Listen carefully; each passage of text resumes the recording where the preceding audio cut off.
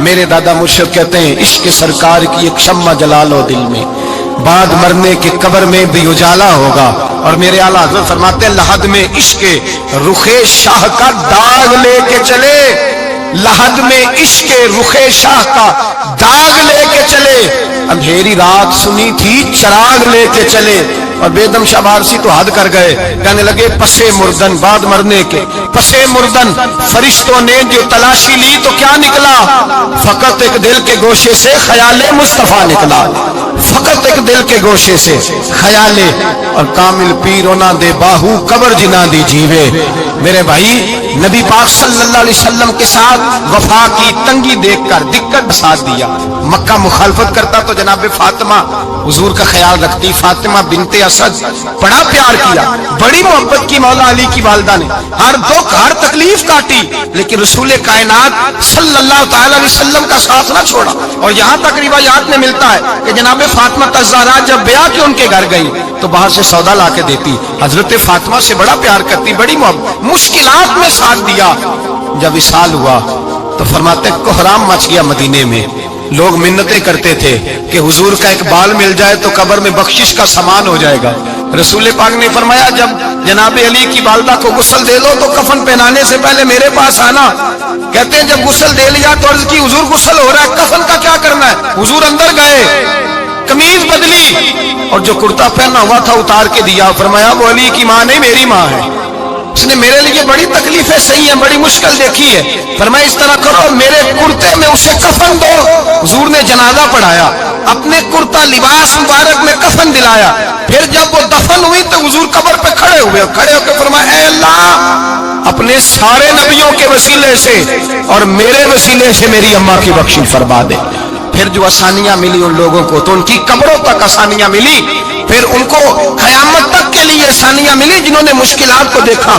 اور بھائی جو سوئے رہے، جو آرام کرتے رہے، جنہوں نے مناسب ہی نہ سمجھا کوئی کٹھن مرحلہ طے کرنا، جنہوں نے کہا نا نا نا نا ہم تو سکھ کے ساتھی ہیں، ہم تو سکون کے ساتھی ہیں، بھائی ہم تو سلوٹ کے ساتھی ہیں، جب موجیں لگیں گی تو دوڑ کے پہنچیں گے، کہیں گے ہمارا بھی تعلق بنتا ہے، ہماری بھی رشتہ داری ہوتی ہے، ہمارے بھی رابطے ہوتے ہیں، پھر دوڑ کر کے پہنچیں گے۔ اصل ساتھی وہ ہوتا ہے جو دکھ کا ساتھی ہوتا ہے، آزمائش کا ساتھی، مشکلات تجھے اونچا اڑاتی۔ حضرت سلمان فارسی کہتے ہیں میں نبی پاک کی تلاش میں نکلا تھا، حضور کی تلاش میں نکلا، اور میں نے کئی سال حضور کو ڈھونڈا، کبھی ایک دروازے، کبھی ایک دروازے، کبھی دوسرے دروازے، کبھی تیسرے دروازے۔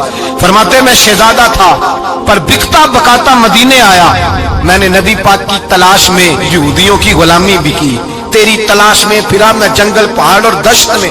فرماتے ہیں بڑی تکلیف کاٹی، بڑی آزمائش دیکھی، لیکن اس دن مجھے سارے دکھ بھول گئے، اس دن میری ساری تکلیفیں آسانیوں میں بدل گئی جس دن میرے نبی نے میرا بازو تھام کے کہا سلمان منا اہل البیت، فرمایا سلمان کو تو میں نے اپنی اہل بیت میں شامل کر لیا ہے۔ فرماتے اتنی بڑی فضیلت کہ میں رسول اللہ کے خاندان میں جا شامل ہوا۔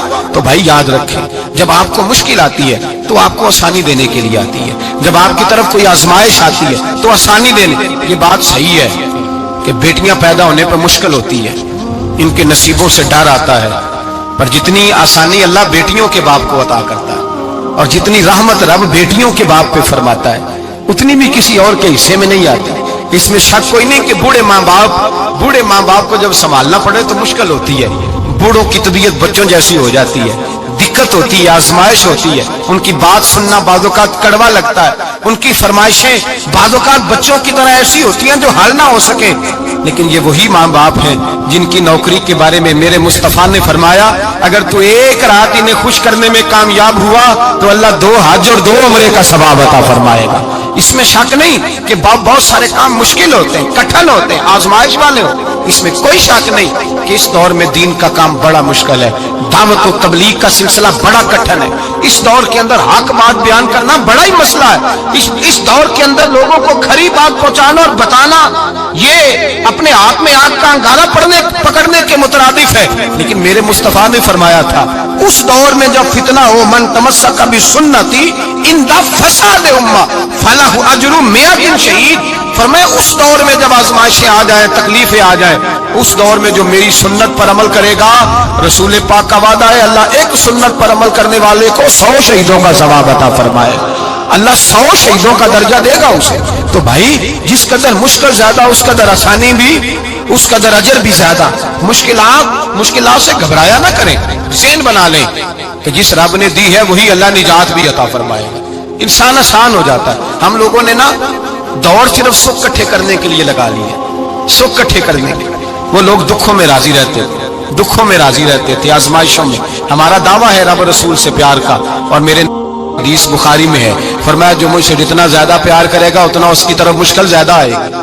حضرت ابو بکر شبلی رحمۃ اللہ علیہ سے کچھ لوگ ملنے آئے، کہنے لگے صاحب ہمیں آپ بڑے اچھے لگتے ہیں، بڑے پیارے لگتے ہیں، آپ کی زیارت کرنے آئے، دل کرتا ہے 2 گھڑیاں پیر دبا دیں، دست مبارک چوم جائیں، دست بوسی ہو جائے، دل کرتا ہے. آپ نے فرمایا واقعی مجھ سے پیار ہے؟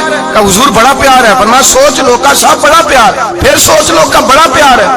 حضرت ابو بکر شبلی دیوانے سے آدمی تھے، پتھر اٹھائے روڑے اور زور زور سے ان لوگوں کو مارنے شروع کر دیے. دوڑ گئے، کہنے لگے بابا تو پاگل ہو گیا ہے. جب دوڑے تو حضرت ابو بکر شبلی فرمانے لگے بس تم تو کہتے تھے ہمیں پیار بڑا ہے. حضور کیا مطلب؟ آپ فرمانے لگے اگر تمہیں مجھ سے پیار ہوتا تو میرے روڑے کھا کے میرے دروازے پہ مر جاتے، کبھی میرا ساتھ چھوڑ کے نہ جاتے.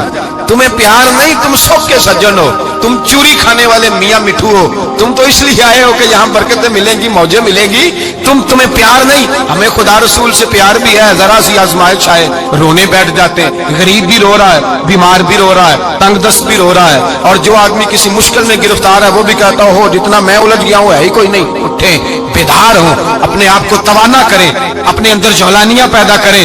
یاد رکھیں جتنی مشکل سخت ہوگی اتنی آسانی بھی اللہ زیادہ ہی عطا فرمائے گا. اللہ تعالیٰ زیادہ اور وعدہ کیا اللہ پاک نے، فَإِنَّ مَعَ الْعُسْرِ يُسْرًا إِنَّ مَعَ الْعُسْرِ يُسْرًا. فرمایا اگر میں تمہیں ایک مشکل دوں گا تو میں تمہیں 2 آسانیاں عطا فرماؤں گا.